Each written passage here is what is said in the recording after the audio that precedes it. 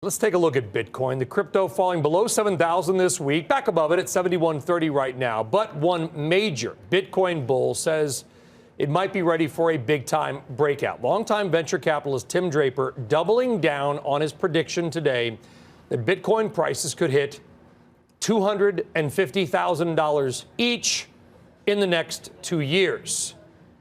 Brian Kelly's at the Plaza. And I got to be honest with you, Brian, when the producers, we talked about this earlier today, I said, I don't know if we should talk about it because I felt like it was so bold, it's almost irresponsible. But Draper's, he's a well-known guy. Yep. He's not going to say anything he doesn't believe. So we went ahead and did this. I mean, is there anything that you're seeing that could make this bizarro prediction happen? So, yeah, you know what? It sounds bizarro, but it wouldn't be out of the realm of what Bitcoin has done in the past. And so that's why I wanted to bring up this chart. And just to be clear, this is not my call, but I just want to take a look at what Bitcoin does. So the chart we have here is a log chart of Bitcoin since 2013. And as you know, Carter Worth will say, the lines draw themselves, but you have this channel going all the way back to 2013, and it's traded nicely in that.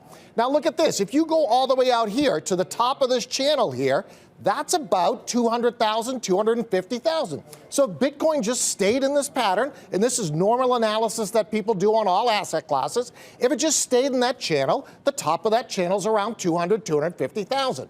So that's the technicals behind it. The fundamentals, let's call it, is that if Bitcoin were at 250,000, that'd be about a $4.5 trillion market cap, which would be about half the market cap of all the gold in the world. And so I think Tim Draper thinks, and I certainly have some of this view, is that Bitcoin is going to take market share from gold. So if you think over the next 2 years, it could take 50% of that market share, then that prediction isn't too far out of whack.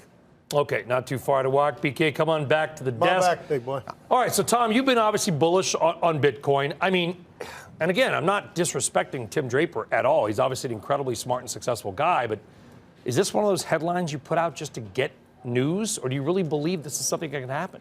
Not you, but him. I mean, I kind of agree with Brian. You know, when you look at this on a log basis, the idea that Bitcoin would get there would be consistent with the idea it's a generational trade. I don't know if 24 months is how long it would take, unless it would take 5 years. But if it took 5 years, I think it'd still be considered a huge, massive, surprising success. 200. Anybody? Here's I think the point these guys are making. I would put it in different terms for a guy that's not in the Bitcoin market every day. The volatility you see in this asset class is so extraordinary that it's still been a great year for Bitcoin despite this pullback. It's double.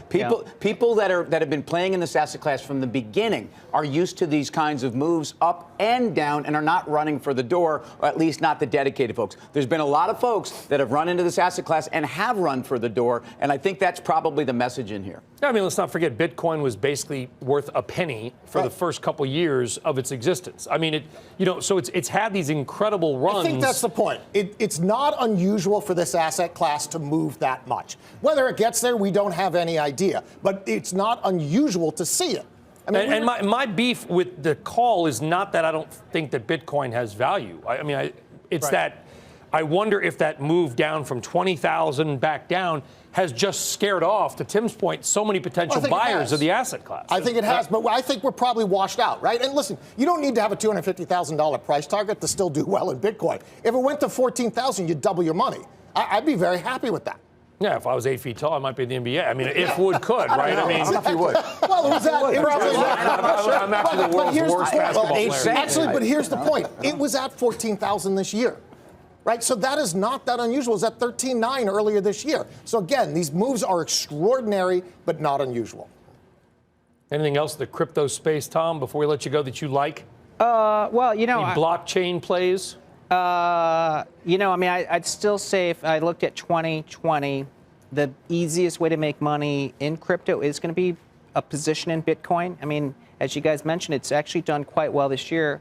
What's interesting is, crypto, especially Bitcoin, really does seem to be textbook in some of these systematic models. Like I think one of the best has been Tom DeMark's, sort of his combo counts. And if you look at it at these charts, at 13s, they've been turning points. And so Bitcoin's getting close to a high.